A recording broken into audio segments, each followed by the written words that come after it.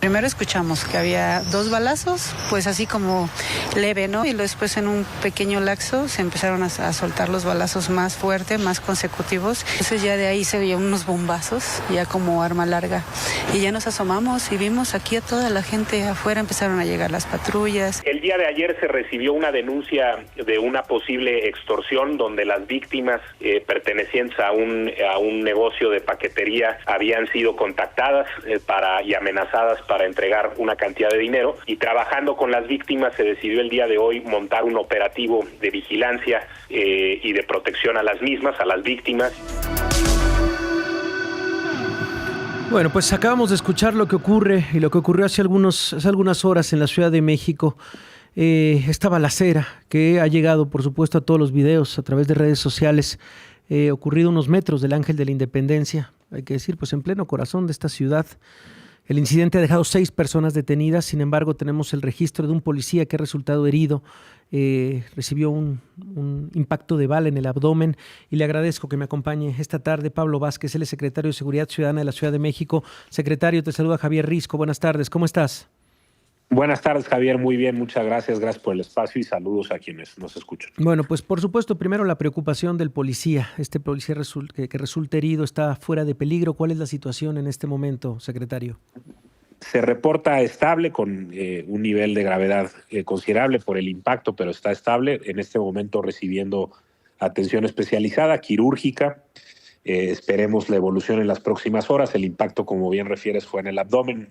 Pude pasar a verlo hace cerca de 2 horas y platicar con él, de hecho, sobre cómo se habían dado los eventos. Posteriormente entró a cirugía y estamos pendientes de su desarrollo. Está recibiendo toda la atención que merece y toda la atención que corresponde en un evento como este. Bueno, pues hágale llegar, por supuesto, nuestro reconocimiento y ojalá se encuentre bien y podamos tener buenas noticias en las próximas horas, secretario. Pues a ver, la historia de lo que ocurrió el día de hoy es un operativo, como lo llamas, poniéndose de acuerdo incluso con las víctimas con las que denunciaron justamente este tipo de extorsión. Cuéntanos esta historia y cómo llega esta denuncia directamente a través de una llamada telefónica, secretario.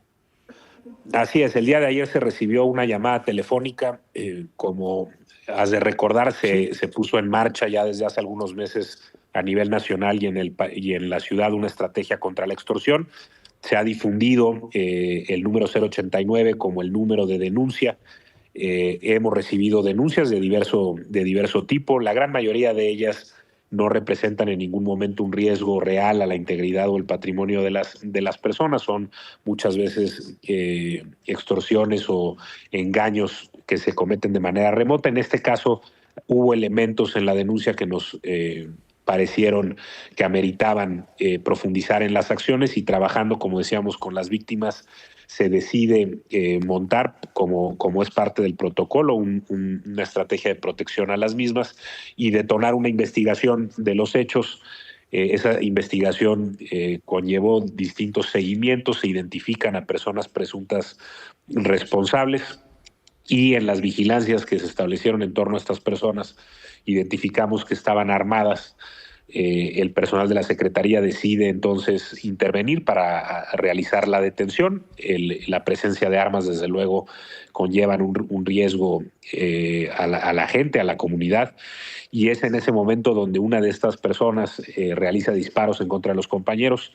Uno de mis compañeros, quien está lesionado, repele la agresión, y hay un intercambio posterior de algunos segundos de disparos en la zona. Los equipos del sector, los equipos de la policía de proximidad llegan al lugar para auxiliar a los compañeros de inteligencia, y posteriormente los equipos de operaciones especiales.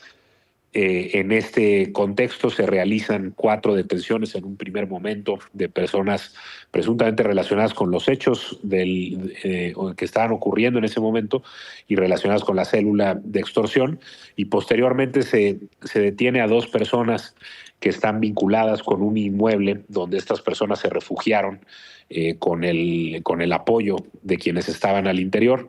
Estas 6 personas ya en total fueron puestas a disposición del Ministerio Público. En la zona se siguen haciendo algunas labores de investigación, de inteligencia respecto a los hechos ocurridos y a la propia investigación que se tenía de extorsión. Una disculpa. No, adelante. Y se mantiene presencia, pero es importante decirle a la gente que está completamente asegurada la zona, ya no hay ningún riesgo en el lugar. Continuaremos ahí un rato por las labores de investigación, pero está asegurada la zona, y continuaremos también en torno a los perfiles de las personas detenidas para terminar de identificar la membresía total de esta célula. La información con la que contamos hasta el momento nos indica que es una célula autocontenida, independiente, que se dedicaba a la extorsión por medio de la intimidación y también de una suerte de fraude o de engaño jurídico. Ese es el tema. A ver, ¿cuál es el modus operandi de esta extorsión, secretario? ¿Qué es lo que no se ha quedado claro? ¿Cómo es que extorsionaban a esta gente? Hay que seguir investigando. Fue ayer que empezamos a recabar la información.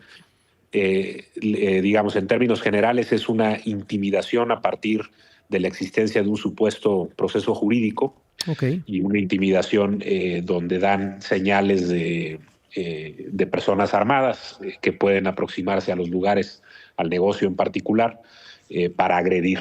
Hubo elementos, ya lo detallaremos más adelante, que nos permitieron identificar que no se trataba de un engaño, que en este caso había algo más, y de ahí que se detonaran estas acciones. La enorme mayoría de las extorsiones en la metodología suelen ser engaños telefónicos, pero hay un segmento que cuando se da de manera presencial o que puede tener algún riesgo, donde atendemos de manera especializada. Contamos con un equipo especializado en la Secretaría, en la Fiscalía y desde luego en el Gobierno de México, que tienen mucha experiencia trabajando estos casos, han investigado varios de ellos, y a partir de la identificación de patrones y otros elementos pueden detonar este tipo de acciones con un análisis de riesgo previo. ¿Cuántas llamadas reciben al día aproximadamente, secretario?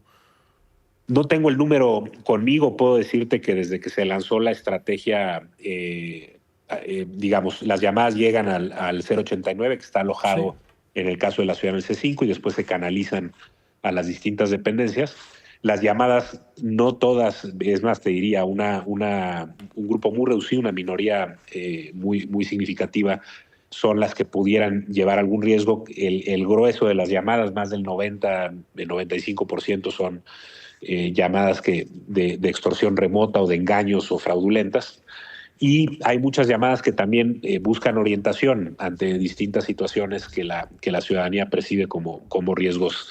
Nosotros, en lo que va del transcurso de esta estrategia que inició en la ciudad en diciembre del año pasado, hemos recibido poco más de 2,000 llamadas en la Secretaría, pero de distintos temas relativos a la extorsión, buscando asesoría, pero no necesariamente porque haya un riesgo en asociado a estas llamadas. Era lo que decíamos cuando tuvimos la oportunidad de tenerte en cabina, y que agradecemos, secretario. Sí, la extorsión se ha denunciado más en esta ciudad, pero también se ha perseguido más.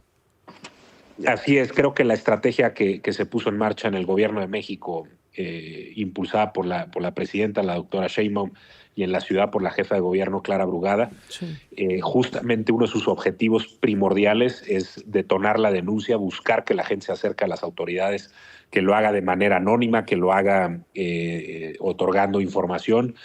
Y hemos desarrollado mecanismos para ello, desde la propia línea telefónica, pero también protocolos de atención que son amigables, donde la gente buscamos que se sienta atendida, que no se sienta ignorada en los riesgos que la propia persona pueda percibir, pero que además con la asesoría rápidamente tenga una idea clara de lo que está sucediendo, tenga las herramientas para detener algún fraude, para no permitir que escale, para no caer en engaños. Buscamos que sea eso, un protocolo de atención integral, y también tener investigación. Y en la ciudad lo que vemos es eso, más denuncia, también más investigación y más detenciones, cerca del 50% más de detenciones por este delito. Pues, secretario, le agradecemos de verdad esta comunicación. Para nosotros es importante eso, el conocer lo que se está haciendo en la Ciudad de México, y bueno, después de esta información que llamó la atención de toda la gente. Gracias, secretario. Gracias, al contrario, saludos. Un abrazo. Es el secretario de Seguridad. Pausa y regresamos.